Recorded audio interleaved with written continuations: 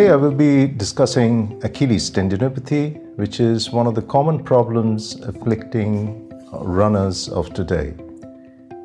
It can affect any sportsman, but it seems to be especially common in people who run on hard surfaces.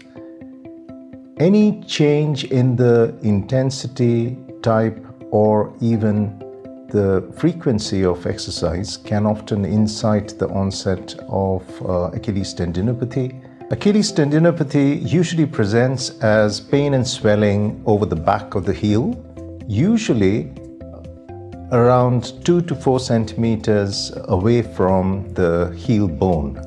This is the common place where people develop pain and swelling, and with time this swelling tends to enlarge in size. How do we diagnose Achilles tendinopathy? The diagnosis is mainly clinical, and people present with a classical swelling and pain over the back of the heel.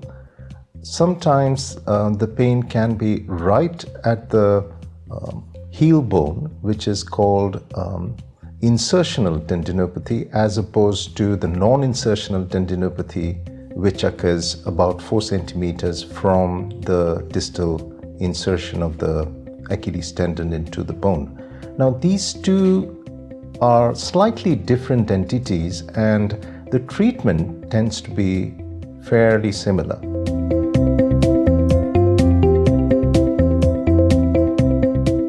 Over the years, various terms have been bandied around regarding Achilles pathology, and that has led to a lot of confusion.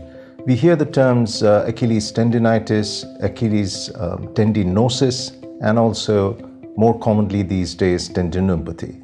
Now, it is important to realize that tendinitis is a term which suggests inflammation in the tendon. Now, only in certain cases does the tendon actually get inflamed.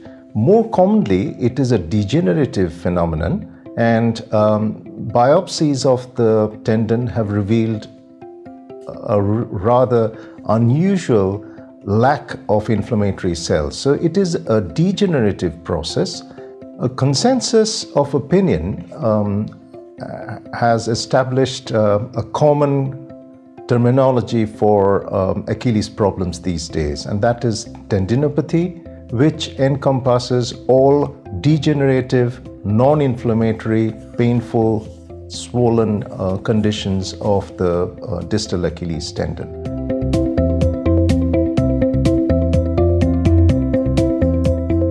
Now, why does Achilles tendinopathy happen? Well, it's a combination of biochemical, mechanical, and neural factors. And various studies have shown that not one individual factor is responsible for tendinopathy in itself. So it is commonly a combination of all three. A number of different variables have been implicated, and extending from age, sex. Male sex is predominantly affected, age usually beyond the age of 30, even minor modifications in training footwear, excessive pronation of the forefoot, tightness of the gastrocsoleus complex, etc. have all been implicated in causation of Achilles tendinopathy. So Achilles tendinopathy is almost a repetitive stress phenomenon when the reparative potential of the tendon does not match the degeneration, and this results in a chronic disorganization of the tendon itself.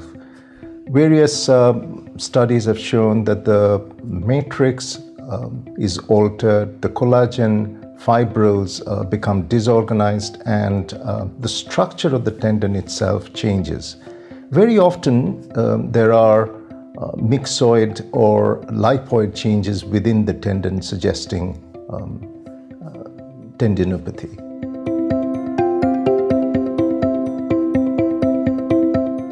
So does Achilles tendinopathy heal on its own?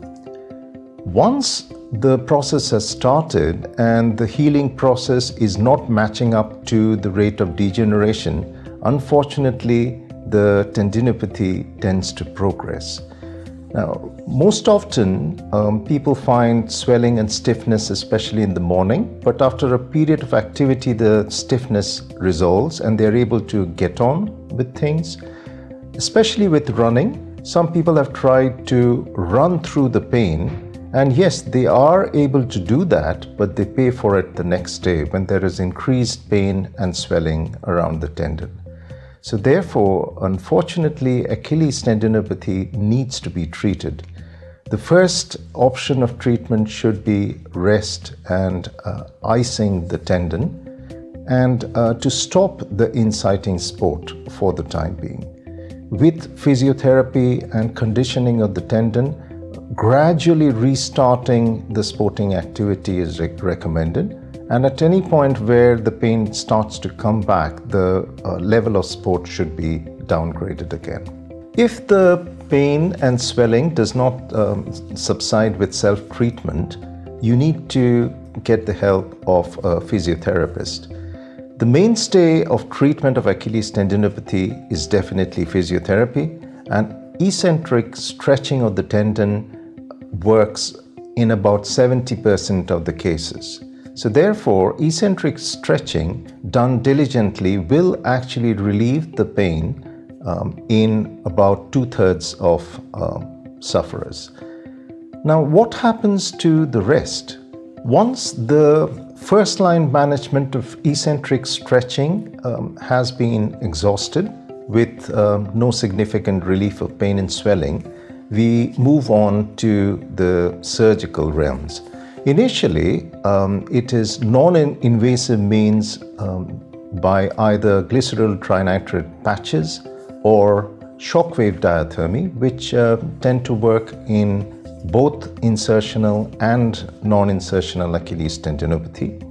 Various minimally invasive procedures are also recommended as following on from non-invasive means, and these include stripping of the paratenon through small incisions, making incisions into the tendon itself or tenotomies, and excision of the little plantaris tendon, which also contributes to the pain.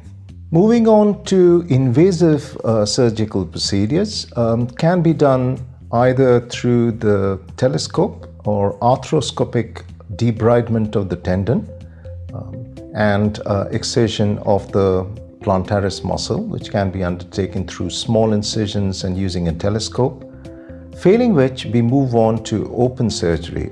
At open surgery, what is recommended is excision of the diseased bits of the tendon and repair of the tendon back. Sometimes if there is excessive bone at the back of the heel bone or the calcaneum, this needs to be excised and the tendon needs to be repaired securely back to it. Following any surgery on the back of the heel, there is always a chance of wound healing problems and also tendon rupture, so surgery should not be taken lightly.